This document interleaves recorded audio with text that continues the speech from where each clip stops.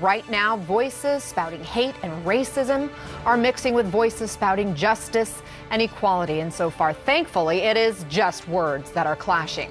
I'm talking about Washington, D.C., where protests mark 1 year since a rally of white supremacists in Charlottesville, Virginia, turned violent, and one woman was mowed down by a car and killed. A relatively small group of people from far-right groups, including the KKK and the neo-Nazis, marched through the nation's capital a short time ago, greatly outnumbered by people trying to shut them down.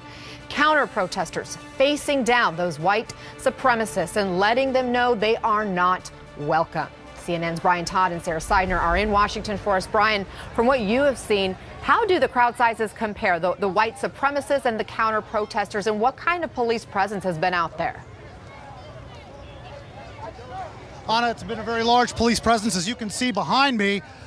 Some of these protesters are now kind of angrily chanting and yelling at police because we just saw this line of police officers kind of bolster their ranks here, and we saw some police motorcycles kind of rev their engines, so that kind of drew this crowd closer to the police, and now they're kind of just chanting and yelling things at police. No major flare-ups here yet. But again, these are some of the Antifa protesters. Some Black Lives Matter protesters are here. The Antifa protesters, the anti-fascist protesters, often show up wearing some of the garb that you see over here. You know, black helmets, black gas masks, sometimes bandanas over their faces. And they sometimes kind of get into some of these confrontations with police. But so far here, Anna, not really much of a confrontation. It's just a lot of yelling. This is not atypical for a situation like this. We're hearing some chants here, and again, they're yelling at police. Police are just kind of holding their ground.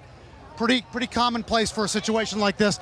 The white supremacist protesters were probably about 200 to 300 yards that way. And again, the police are not letting these people get anywhere near them. That's been a key factor here, keeping the distance between these anti-racist protesters and the white supremacists. They really have not been able to get close enough to maybe even be heard by them, even though the crowds here are much more numerous than the white supremacists. Anna. And obviously the weather now perhaps impacting these protests and where they go from here. Sarah Seidner also joining us. Looks like it's cleared out a little bit where you are, Sarah.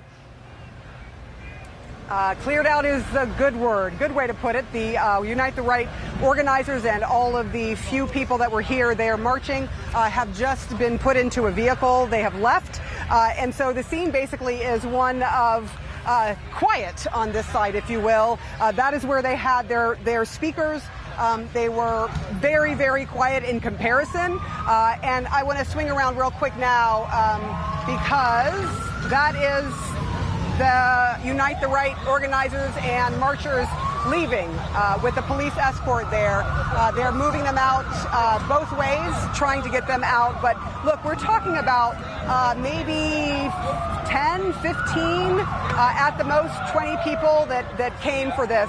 You could definitely count the numbers here. And you can see how big the police presence is with just the number of officers that are getting them out and trying to move them out of the area.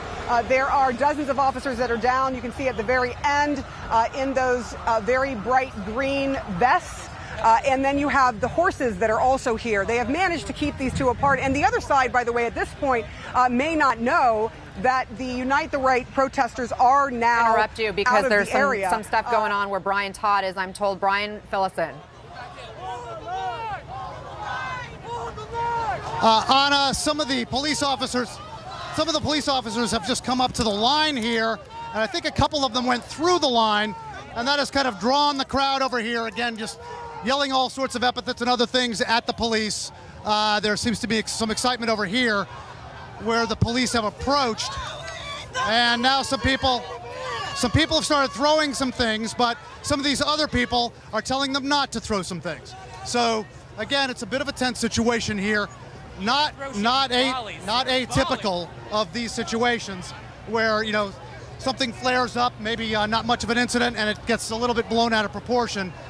Again, the police have come up to this area here and may be pushing through. I can't quite see, but they are talking to some people, and I'm trying to see if there's a confrontation here, Anna. Yeah, some people here encouraging others not to throw things at the police. And what's unclear is whether the police want to kind of come through here and clear a path for anyone, even though the white supremacists are not scheduled to speak for about 30 minutes. And now it's just basically a stare down and some chanting where protesters are right face to face with the police, Anna.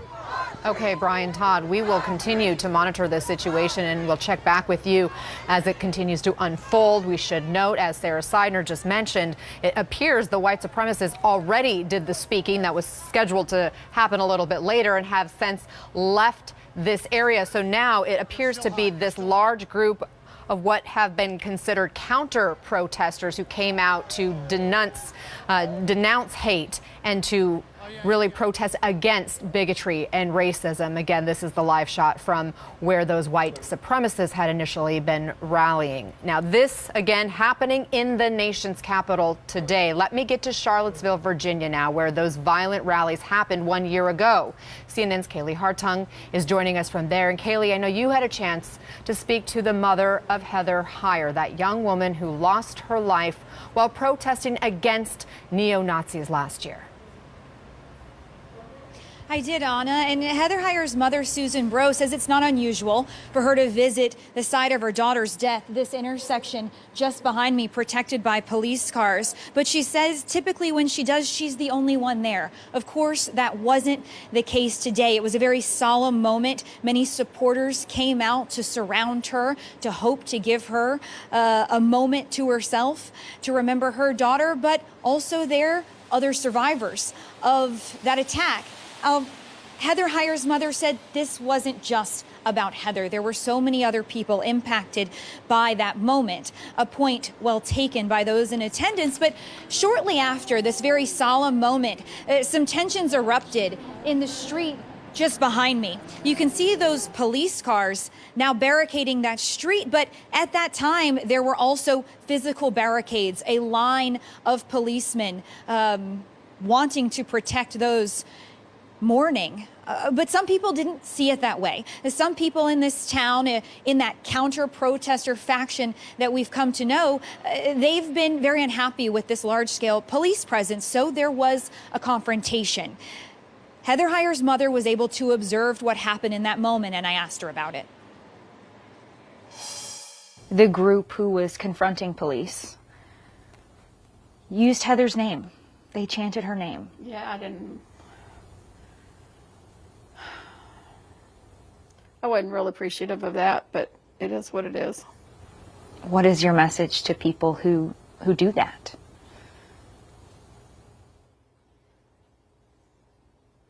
I don't know that I have one.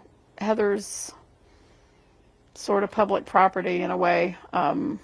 They weren't defaming her. They weren't using her name to support violence.